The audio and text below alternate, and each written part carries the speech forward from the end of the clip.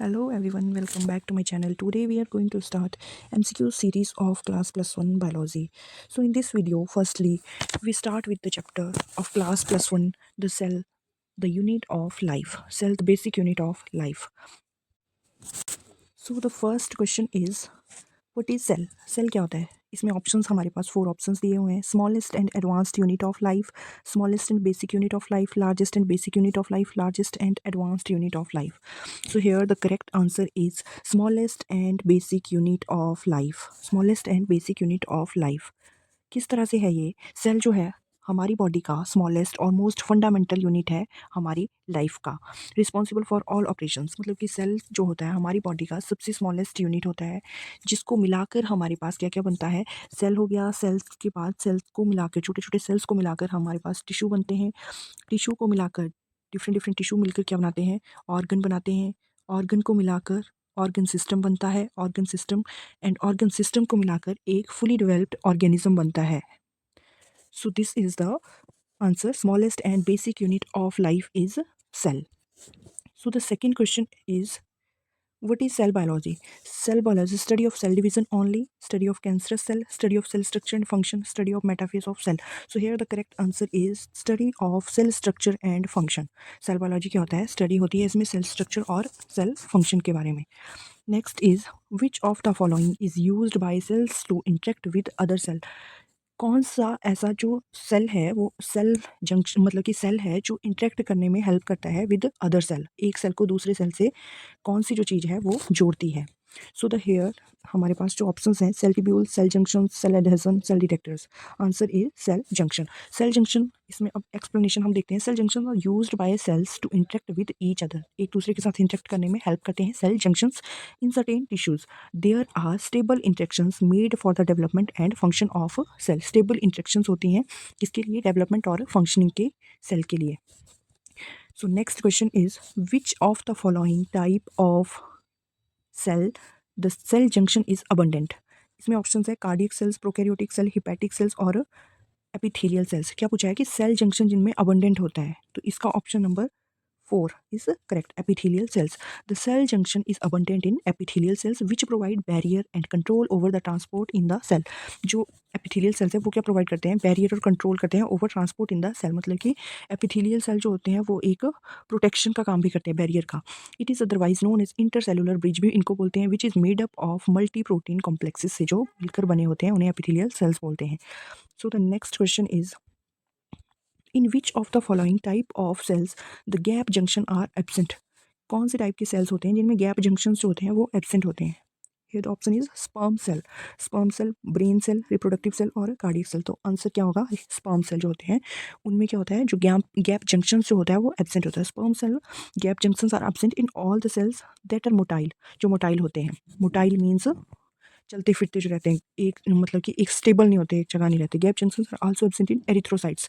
Gap junctions क्या क्या बोला इन्होंने कि स्पर्म सेल्स में एब्सेंट होते हैं gap junctions and other is erythrocytes में भी एब्सेंट होते हैं gap junctions. These motile sales do not have the necessity for passage of molecules और आयंस.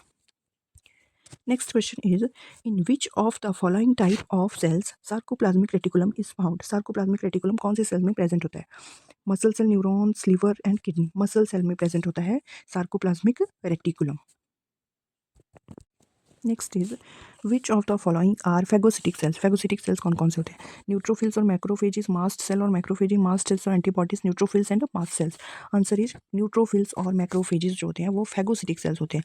तो यहाँ एक्सप्लेनेशन में क्या बोला है कि न्यूट्रोफिल्स एंड मैक्रोफेजेस जो होते हैं वो फेगोसिटिक सेल्स होते हैं, जो क्या करते हैं, दैट इंजेस्ट पोटेंशियली डेंजरस जो माइक्रोब्स होते हैं उनको इंटेक कर लेते हैं, उनका इंजेस्ट कर लेते हैं. The microbes are then inactivated. Inactivate हो जाते हैं किससे? लो प्रेशर और low pH of lysosome. Low pH of lysosome present in these cell. जो लो पीएच होता है लाइसोसोम का जो इन्हीं सेल्स में प्रेजेंट होता है, follow by their enzymatic digestion. Next is, which is known as power house of cell. ये तो सबको पता है, माइटोकॉन्ड्रिया. माइटोकॉन्ड्रिया क्या होते हैं? Mitochondria are the organelles that produce energy within the cell. जो एनर्जी प्रोवाइड करता है सेल को. और माइटोकॉन्ड्रिया को पावर हाउस ऑफ सेल इसलिए ही बोलते हैं क्योंकि यहाँ पे एटीपी की जनरेशन होती है and play an important role in cellular respiration में ये इंपॉर्टेंट रोल प्ले करता है. So the next is, which of the following is known as suicidal bags of cell. Suicidal bag of cell किसे बोला जाता है? लाइसोसोम को. The digestive enzyme are found in lysosomes. When lysosome rupture, digestive enzymes are released which begin digesting the body own cells. इनको suicidal bag क्यों बोला जाता है? क्योंकि ये जो लाइसोसोम होते हैं इनके अंदर डाइजेस्टिव एंजाइम्स प्रेजेंट होते हैं, डाइजेस्टिव एंजाइम प्रेजेंट होते हैं, और जिससे क्या होता है, जो लाइसोसोम जब रप्चर होने लगते हैं, जो डाइजेस्टिव एंजाइम्स रिलीज करता है, और जो ये जो सेल होते हैं लाइसोसोम के, ये अपनी ही बॉडी के सेल्स को खाने लग जाते हैं, मतलब डाइजेस्ट करने लग जाते हैं, तो इसलिए इनको सुसाइडल बैग भी बोला जाता है। So next is lysosomes are produced by which of the following cell organelle. Lysosome क्या बोल रहा है? Lysosome are produced by which of the following cell organelle? Golgi complex, endoplasmic reticulum, DNA और mitochondria. Answer is Golgi complex. Explanation में क्या बोला है? They are produced by the Golgi body, the fusion of vesicle from Golgi complex with endosomes produce lysosomes. ये इससे produce होते हैं, Golgi body से प्रोड्यूस होते हैं लाइसोसोम्स। तो नेक्स्ट इज क्वेश्चन नंबर 11 हमारे पास है। इसमें क्या पूछ रहा है? Which of the cell organelle responsible for transporting, modify, packaging protein and lipids. यहाँ पे भी आंसर क्या आया? Golgi complex.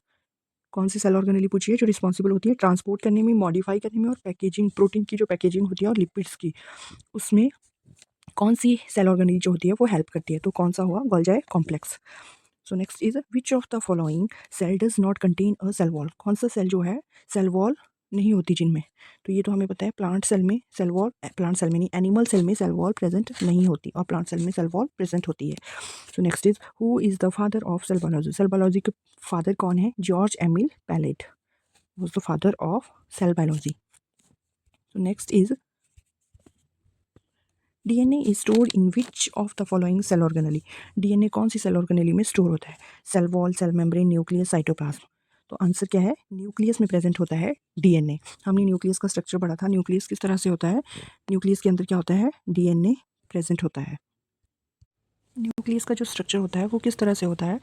न्यूक्लियस का जो स्ट्रक्चर होता है वो डबल मेम्ब्रेन बाउंड स्ट्रक्चर होता है।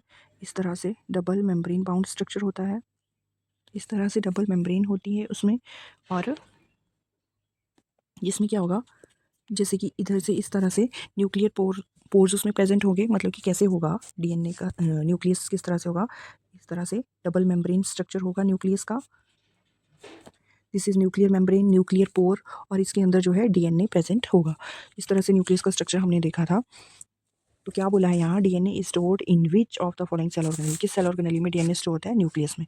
Next question is in which of the following cell nucleus is not present. Not present पूछा है, किसमें न्यूक्लियस प्रेजेंट नहीं होता? कौन से सेल्स में न्यूक्लियस प्रेजेंट नहीं होता? तो प्रोकैरियोटिक सेल्स में न्यूक्लियस प्रेजेंट नहीं होता, लेकिन इनमें क्या होता है, जो न्यूक्लियाइड रीजन जो होता है वो प्रेजेंट होता है। न्यूक्लियस प्रेजेंट नहीं होता लेकिन न्यूक्लियाइड प्रेजेंट होता है। इसके बाद next is which of the following organism does not have a cell. कौन से ऑर्गेनिज्म है जिनमें सेल नहीं होता? तो बैक्टीरिया में होते हैं, फंजाई, एल्गी। इसमें कौन सा है? Virus. Viruses are not made up of cells. Viruses जो होते हैं वो सेल से बने नहीं होते हैं। There genetic material is protected by a protein covering, इधर डीएनए हो या आरएनए हो, वो किससे प्रोटीन कवरिंग होती है उसके ऊपर। However they lack cell membrane भी इनमें नहीं होती, एंड अदर सेल ऑर्गेनेलीज भी वायरसेस में प्रेजेंट नहीं होती। Next question is who proposed cell theory. Cell theory किसने दी थी? Theodor Schwann, Matthias Schleiden and Rudolf Virchow. Theodor Schwann जो थे वो बॉटनिस्ट थे एक। इन्होंने बोला कि all the cells, living cells जो होते हैं, all the living cells are made up of plants के जो सेल होते हैं, प्लांट्स जो होते हैं वो सेल को मिलाकर बने होते हैं। मतलब कि ये बॉटनिस्ट थे, इन्होंने प्लांट्स के बारे में बोला। और मैथियस सेल्डन जो थे वो बॉटनिस्ट थे, और थियोडर श्वान जो थे वो जोलॉजिस्ट थे। एंड रुडोल्फ वर्चो जो थे, इन्होंने इन दोनों की स्टेटमेंट को कंबाइन किया और इन्होंने अपनी एक न्यू स्टेटमेंट दी। उन्होंने क्या बोला? ओमिनिस सेलुला ई सेलुला, ओमिनिस सेलुला ई सेलुला, ओमिनिस सेलुला ई सेलुला। इन्होंने ये स्टेटमेंट दी, और इसका मतलब क्या हुआ? इसमें इन्होंने बोला कि all the pre existing cells, मतलब कि जो सेल्स होते हैं वो प्री एग्जिस्टिंग सेल से मिलकर ही बने होते हैं। ये इन्होंने बोला रुडोल्फ वर्चो ने। तो क्या हुआ कि सेल थ्योरी किसने दी थी? सेल थ्योरी दी थी Theodor Schwann, Matthew Schleiden and Rudolf Virchow ने।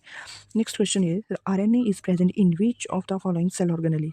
आरएनए कहाँ? राइबोसोम में प्रेजेंट होता है। Ribosome tiny organelles that contain RNA and specific proteins within the cytoplasm.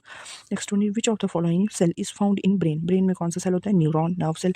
और हिपेटोसाइट जो होते हैं वो लीवर में प्रेजेंट होता है। हिपेटो वर्ड से पता लग रहा है, लीवर में प्रेजेंट होता है। और नेफ्रॉन जो होते हैं वो फिल्टरिंग यूनिट है किसका? किडनी का। एपिथेलियल सेल जो होते हैं वो lines the surface of your body. Skin आ गया जैसे इसमें एपिथेलियल सेल्स में। Next one is protein synthesis take place in which of the following cell organelles. Protein synthesis कहाँ होता है? राइबोसोम्स में होता है। Protein synthesis take place on ribonucleoprotein particles called ribosome in the cytoplasm. Next one is which of the following cells are found in intestinal lining. Intestinal lining पे कौन से cells present होते हैं? एपिथेलियल सेल्स प्रेजेंट होते हैं। कौन से? Intestinal lining पे। Epithelial cells line the intestine and are responsible for uptake and absorption of nutrient from the digestive tract. Other is next question is outer layer of vacuole is called. Vacuole की outer layer को क्या बोलते हैं? Tonoplast. Tonoplast. Next one is the nucleolus is the site of formation of ribosome. Ribosome की formation कहाँ होती है? Nucleolus में। Next one is which of the following cell organelle remains enveloped by a single unit membrane. इसमें answer होगा lysosomes. Single membrane जो होती है कौन सी सेल ऑर्गेनेली में होती है? लाइसोसोम में। Next one is most abundant lipid in cell membrane. Most abundant जो सबसे ज़्यादा इसमें पाया जाता है सेल मेम्ब्रेन में लिपिड, वो कौन से होते हैं? Phospholipids. Next one is aleuroplast, amyloplast and elaioplast. इनका क्या पर्पस है, क्या काम होता है इनका? अल्यूरोप्लास्ट स्टार्च को स्टोर करते हैं, अल्यूरोप्लास्ट प्रोटीन को स्टोर करते हैं और अमाइलोप्लास्ट स्टार्च को स्टोर करते हैं और इलियोप्लास्ट फैट्स को स्टोर करते हैं। Next one is ribosomes were discovered by. Ribosome term जो थी वो किसने दी थी? जियोर्ज पैलेट ने। Next one is DNA is not present in ribosomes. DNA कहाँ प्रेजेंट नहीं होता? राइबोसोम्स में। यहाँ पर क्लोरोप्लास्ट, न्यूक्लियस एंड माइटोकॉन्ड्रिया, ये तीनों जो है क्लोरोप्लास्ट, न्यूक्लियस और माइटोकॉन्ड्रिया जो है ये तीनों क्या है? सेमी ऑटोनॉमस इन नेचर है इनका। और इनके माइटोकॉन्ड्रिया में अभी हमने पढ़ा कि ये क्या होती हैं? एटीपी जनरेशन करती हैं। एटीपी जनरेशन यहाँ होता है, एटीपी की फॉर्मेशन होती है यहाँ, और इनको power house of the cell बोलते हैं। और न्यूक्लियस का भी इसका ओन जेनेटिक मटेरियल होता है इनमें, और क्लोरोप्लास्ट में भी। तो ये तीनों जो है सेमी ऑटोनॉमस नेचर होता है इनका। और ये जो है क्या होती है? डबल मेम्ब्रेन बाउंड स्ट्रक्चर होता है इनका।